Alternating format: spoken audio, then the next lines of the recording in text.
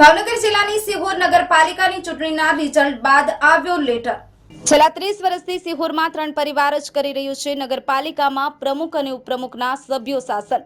લેટરમાં અનેક ખુલાસા સાથે સીઆર પાટીલ તેમજ રત્ન કરજી સહિત મુકેશ લંગાડિયાની સંબોધી અને લખવામાં આવ્યો લેટર।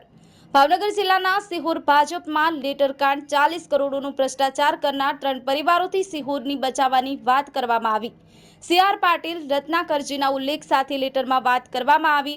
ચૂંટણીના રિઝલ્ટ બાદ પ્રમુખને લઈ લેટરમાં કરવામાં આવ્યો ઉલ્લેખ। લેટરની સિહોર ભાજપમાં ખળભળાટ મચી ગયો। 10 જેટલા કાર્યકરોએ મળીને લેટર લખ્યાનો ઉલ્લેખ લેટરમાં।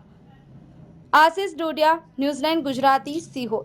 હું નિલેશ જાની, સિહોર શહેર ભારતીય જનતા પાર્ટીના પ્રમુખ અને જે છેલ્લા 2 દિવસથી આ લેટરકાંડનો મુદ્દો સિહોર શહેરમાં ચાલી રહ્યો છે એની માટે ખુલાસો કરવા માટે આપની સમક્ષ હાજર થયો છું।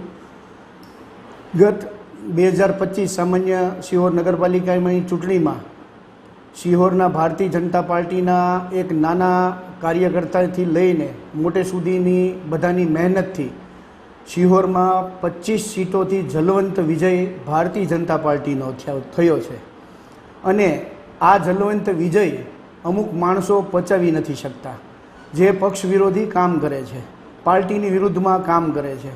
તો આ લેટરકાંડ બસ એ એક જ મુદ્દાથી ચાલી રહ્યો છે, એમાં બીજું કોઈ તથ્ય છે નહીં।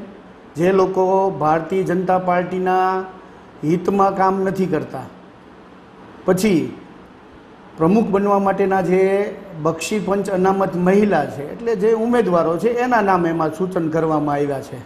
તો આ બિલકુલ મારા મત મુજબ આ હાવ પાયા વિહોણો આક્ષેપ છે। એટલે હું સિહોરની જનતાને એક મારા પ્રમુખ તરીકે હું કહું છું કે આ બિલકુલ સત્ય નથી, આવી અફવાઓથી દૂર રહેવું, બસ એટલું જ કહીશ। ભારત માતા કી જય, વંદે માતરમ।